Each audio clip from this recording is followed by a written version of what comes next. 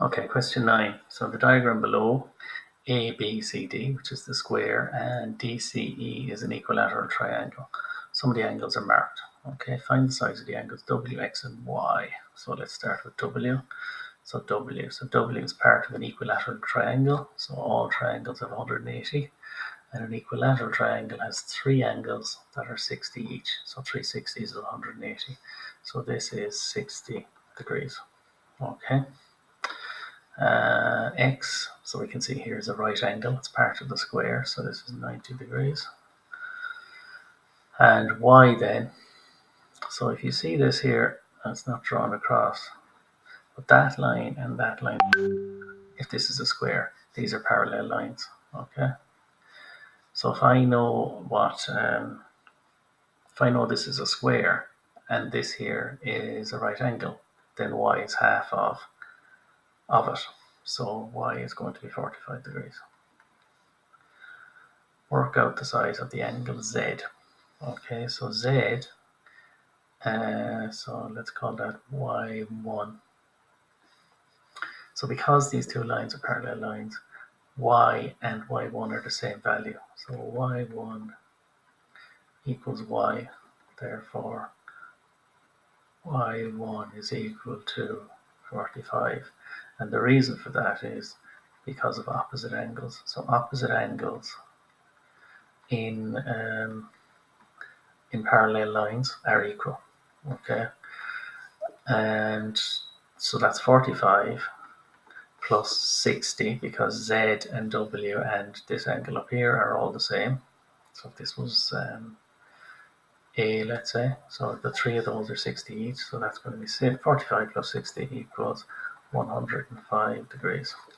Okay, that's it for that part. Part B. Square and the equilateral triangle on the diagram have sides of 5 each, so that's 5 there, that's 5 there. Use the theorem of Pythagoras to find the value of x. Okay, so the Pythagoras' theorem is in the lines. Let me just show it to you. So here it is. So c squared equals a plus b, right? So that's the hypotenuse there, and b and c are the other two sides.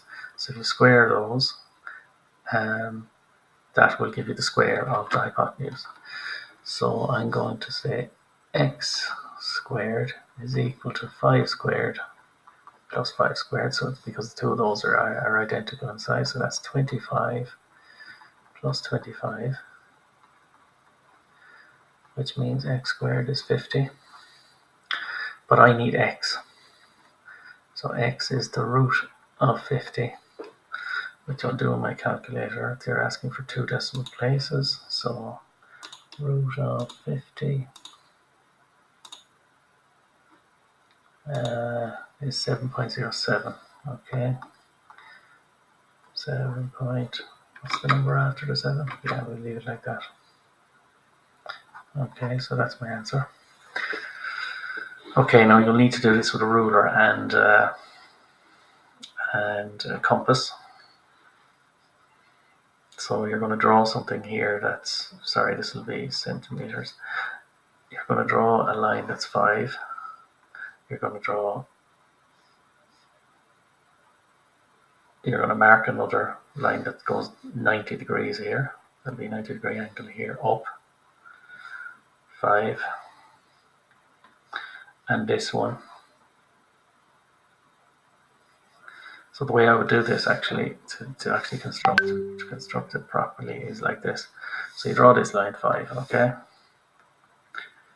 Then get your compass and mark out 7.07 and scroll a line out here as wide as you can. It'll be something like that.